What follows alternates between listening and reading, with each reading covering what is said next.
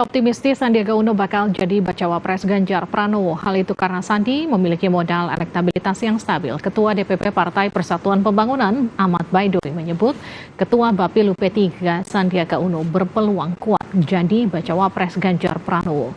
Ketua DPP P3 Ahmad Baidowi menyatakan Sandi memiliki modal kuat, salah satunya elektabilitas yang stabil. Namun terkait keputusan siapa yang jadi bacawa pres Ganjar, Ahmad Baidowi menyerahkan pada koalisi pengusung Ganjar. Elektabilitas yang stabil itu menjadi kekuatan tersendiri dari Pak Sandiaga Uno. Dan ini belum bekerja secara maksimal. Masih sebatas beliau diusulkan oleh Partai Persatuan Pembangunan. Dengan kelebihan-kelebihan yang dimiliki oleh Pak Sandiaga Uno, kami optimistis bahwa Pak Sandiaga Uno nanti yang bisa terpilih mendampingi Pak Ganjar. Peluang Ganjar Sandi itu gimana? Ya, kalau dari versi P3 sangat besar. Karena berdasarkan hasil survei yang tadi sama kekuatan-kekuatan yang saya ulas tadi gitu.